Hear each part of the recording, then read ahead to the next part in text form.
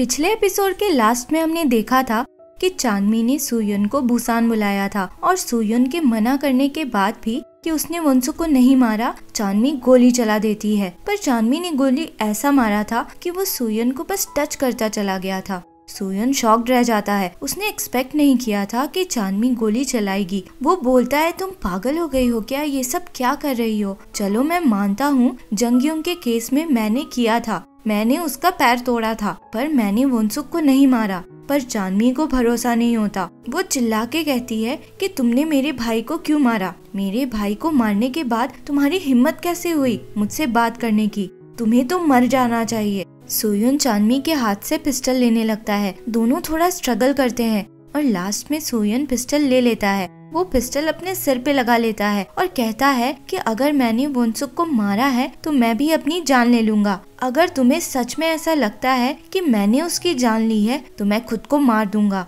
तो बताओ मुझे, तुम्हें क्या लगता है? उसी समय चांदमी के फोन पे किसी का कॉल आने लगता है। वो देखती है तो कॉल उसके भाई के नंबर से आ रहा था। वो उठा के पूछती है, तुम कौन हो? तुम्हारे पास वंसुक का फोन कैसे है? पर फोन कट हो जाता है। चांदमी फिर से कॉल ट्राई करती है तो लगता ही नहीं। अगले सीन में हम देखते हैं कि जयबम एक बेंच पे बैठा था और ओसंग वहीं पे बास्केटबॉल खेल रहा था। जयबम याद करता है कि जब उसने पिछली रात ओसंग से पूछा था कि कहीं मैंने ही तो वंसुक का मर्डर नहीं किया है, तो उस पे ओसंग उस पे गुस्सा करके कहता है कि ये सब क्या बोल रहे हो, तुम क्यों मारोगे उसे? जयबम को लगता है ओसंग झूठ बोल रहा है, तो ओसंग कहता है कि ये सच है कि तुम्हारा एक्सीडेंट नहीं हुआ था, बल्कि तुमने सुसाइड अटेम्प्ट किया था। तुम्हारे पेरेंट्स ने डिसाइड किया कि बोलेंगे कि तुम्हारा कार एक्सीडेंट हुआ, इसलिए मुझे भी झूठ बोलना पड़ा। जयबम पूछता है कि उसने सुसाइड अटेम्प्ट कैसे किया था, तो ओसंग बताता है कि वो अपने पेरेंट्स के बिल्डिंग से कूद गया था। रीजन पता नहीं क्योंकि सुसाइड नोट नहीं था। जयबम पूछता है कि आखिर उसके और वंसुक के बीच एग्जैक्टली हुआ क्या था, तो ओसंग कहता है कि वो उसे कुछ दिखाएगा। अभी तो वो चीज घर पे है, अगली बार मिलने पे वो लेकर आएगा। इधर सुयन अपना मास्क, ग्लव्स और जितने भी एविडेंसेस थे सब जला देता है। बुलेट स्क्रैच होने से सुयन पेन में था, तो चांदमी उसका बैंडेज करती है। उसका जैकेट भी फट गया था तो उसे नया हुडी भी देती है। दूसरी तरफ ओसंग खेलने के बाद जयबम के पास आकर बैठता है। वो अपने बैग में से एक एनवेलप निकालकर जयबम को देता है और कहता है, ये तुम्हारा हुआ करता था। सुसाइड अटेम्प्ट के कुछ दिन पहले ही तुमने मुझे ये रखने को दिया था और बोला था कि इसे कभी ना खोलना। पर जयबम के सुसाइड अटेम्प्ट के बाद जब वो होश में नहीं आ रहा था तो ओसंग ने उसे खोल लिया था। जयबम एनवेलप खोलकर देखता है तो उसमें उसके और वंसुक के बहुत सारे फोटोग्राफ्स थे, जिससे ऐसा लग रहा था कि दोनों एक कपल थे। ओसंग कहता है, इसलिए मैंने तुमसे कहा था कि वंसुक के बारे में तुम किसी से कुछ मत कहना। इधर सुयन और चांदमी आपस में बात कर रहे थे। सुयन कहता है, तुम्हारी वजह से मैं बच गया, वरना पुलिस मुझे मर्डर के लिए अरेस्ट कर लेती। फिर पूछता है कि तुम्हें पता कैसे चला कि पुलिस मेरा बैग ढूंढ रही है, तो चांदमी कहती है कि उसे ओसंग ने बताया था। चांदमी बताती है कि वो ओसंग के पास गई थी जब उसे पता चला था कि ओसंग उसके भाई की कमजोरी जानकर उसे मैनिपुलेट कर रहा था और उससे इस बारे में पूछा था। ओसंग ने कहा था कि वो वंसुक को मैनिपुलेट करता है तो उसका ये मतलब नहीं कि उसने मर्डर किया है। फिर ओसंग ने ही बताया था कि पुलिस सस्पेक्ट को ऑलमोस्ट पकड़ चुकी है, बस एक बैग की तलाश है। और जब डिटेक्टिव जिन बॉक्सिंग क्लब पहुंची थी लॉकर चेक करने, तो चांदमी ने उनके पहले जाकर बैग ले लिया था, क्योंकि उसे लगा था कि अगर पुलिस सुयन को अरेस्ट कर लेती है तो उसे सुयन को कन्फ्रंट करने का चांस नहीं मिलेगा और वो खुद उसे मारना चाहती थी। दोनों फिर कल्प्रिट के बारे में बात करते हैं जिसने वंसुक के फोन में कॉल किया था। उन्हें थोड़ा अजीब लगता है कि उसने आखिर कॉल क्यों किया। चांदमी सुयन को बताती है कि जब कल्प्रिट का कॉल आया था तो बैकग्राउंड में उसे कुछ आवाजें सुनाई पड़ी थी और वो रिकॉर्डिंग सुयन को भी सुनाती है। इधर जयबम अपनी और वंसुक की फोटोज को जला रहा होता है और उसकी मॉम कंफ्यूज्ड वे में उसे ऐसा करते देख रही थी। सुयन ट्रेन से वापस सॉल आता है। ट्रेन से उतरने पे उसे जोर से हेडेक होने लगता है और वो वहीं पे बेहोश होकर गिर जाता है।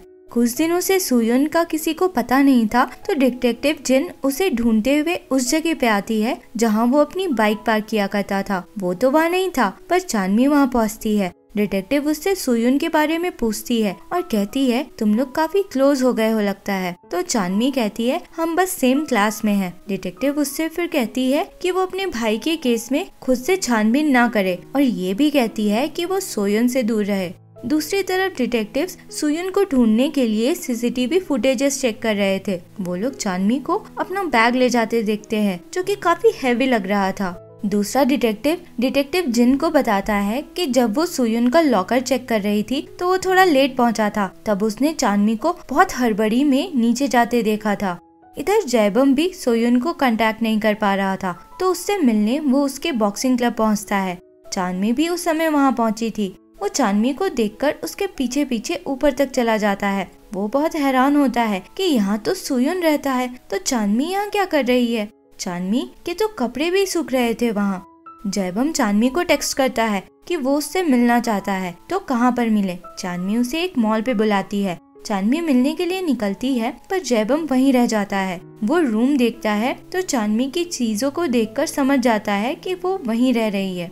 तैसो और एजंग लौट रहे थे तो दूसरा वाला डिटेक्टिव आकर तैसो से सुयुन के बारे में पूछने लगता है, क्योंकि सुयुन के कॉल रिकॉर्ड्स चेक करने पे पता चलता है कि सबसे ज्यादा कॉल्स और मैसेजेस तैसो के नंबर से ही था। तैसो बहुत रूडली आंसर करती है कि उसे सुयुन के बारे में कुछ नहीं पता और वहाँ से चली जाती है।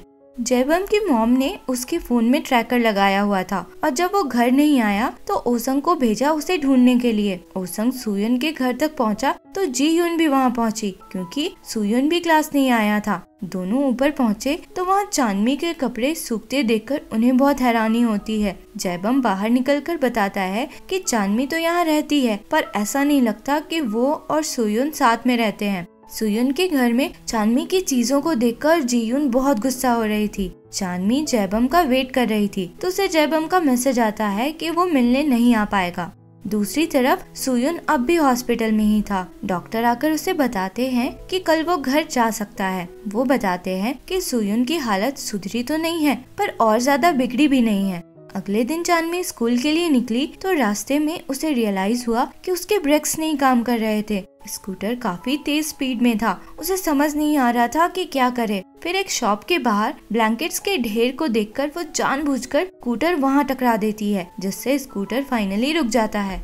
वो स्कूटर मैकेनिक से दिखाती है तो उसे पता चलता है कि ब्रेक्स कटे हुए थे, जैसे किसी ने इंटेंशनली काटा हो नाइफ से। ये सुनकर चांदनी शॉक्ड होती है। अगले सीन में हम देखते हैं कि चांदनी स्कूल में लाउड स्पीकर से चिल्ला चिल्ला के कह रही थी कि मर्डरर तुम कहाँ छुपे हो, मुझे मारने की जितनी भी कोशिश कर लो, मैं मरने वाली नहीं हूँ, मैं तुम्हें ढूंढ कर रहूंगी। चांदनी खुद को एम्बैरेस कर रही थी। सभी स्टूडेंट्स उसे ऐसे देख रहे थे जैसे वो पागल हो। तभी तैसो आकर उसे रोकती है। तैसो और एजंग चांदनी को हॉस्पिटल ले जाना चाहते थे, पर चांदनी मना कर देती है। एजंग तैसो को बताती है कि आज चांदनी का बर्थडे है। उसे पता है क्योंकि वोंसु के बर्थडे के रिमाइंडर्स उसके फोन में आ रहे थे। चांदनी जब घर पहुंचती है तो देखती है कि किसी ने पूरा तोड़ फोड़ किया हुआ था। सारा सामान बिखरा हुआ था। उसके यूनिफॉर्म भी फाड़ दिए गए थे। ये देखकर चांदनी बहुत परेशान होती है। अगले सीन में हम देखते हैं कि डिटेक्टिव जिन अपने हस्बैंड से मिलने हॉस्पिटल आती है। उसी समय सुयुन भी वहां आता है डॉक्टर से मिलने, क्योंकि उसके बाद वो घर जाने वाला था। सुयुन को वहां देखकर डिटेक्टिव बहुत हैरान होती है। बात करने पे उन्हें पता चलता है कि पूरे टाइम सुयुन हॉस्पिटल में ही था। सुयुन कहता है कि उसने फोन ऑफ रखा था क्योंकि वो नहीं चाहता था कि उसके दोस्तों को उसके बीमार होने के बारे में पता चले। डिटेक्टिव इन्वेस्टिगेशन के बारे में कुछ नहीं पूछती और ऐसे ही थोड़ी देर नॉर्मली बात करती है। इधर चांदनी घर साफ कर रही थी तोड़ फोड़ के बाद। वो नोटिस करती है कि एक बुक के अंदर उसने कुछ फोटोज रखे थे जो अब गायब थे। उसी समय सुयुन वापस आता है। सुयुन को देखकर चांदनी थोड़ी इमोशनल सी हो जाती है और फिर गुस्सा करती है क्योंकि सुयुन काफी समय से गायब था। सुयुन फिर चांदनी को बाहर ले जाता है ये बोलकर कि चलो चिल करते हैं, पर असल में सुयुन उसे उसके सरप्राइज बर्थडे पार्टी पे ले गया था जो तैसो और एजंग ने ऑर्गेनाइज किया था। जयबम भी वहाँ था। चांदनी सबको देखकर बहुत खुश होती है। चांदनी और सुयुन एक दूसरे को देखकर स्माइल करते हैं जो तैसो नोटिस कर लेती है और थोड़ी सैड सी होती है, जिससे ऐसा लगता है कि शायद वो सुयुन को पसंद करती थी। लास्ट में हम देखते हैं कि ओसंग जयबम की मॉम से फोन पे बात करके उसका लोकेशन बताता है। फिर वो अंदर आता है। उसी समय चांदनी अपना फेस धोने वॉशरूम गई थी। उस संग बाकी लोगों से बात कर रहा था। तभी उसका फोन रिंग होता है।